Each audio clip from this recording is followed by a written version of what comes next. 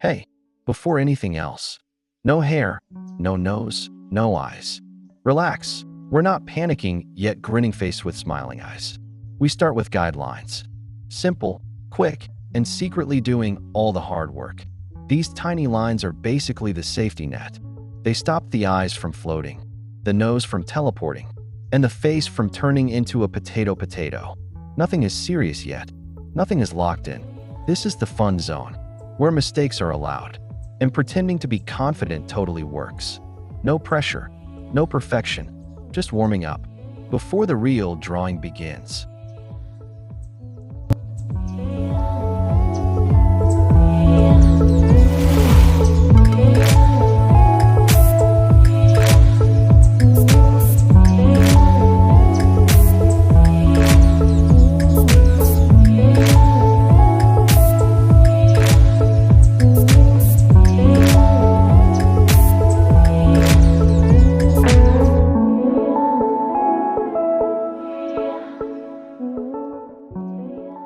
Now that the guidelines are in place, we can finally relax a little.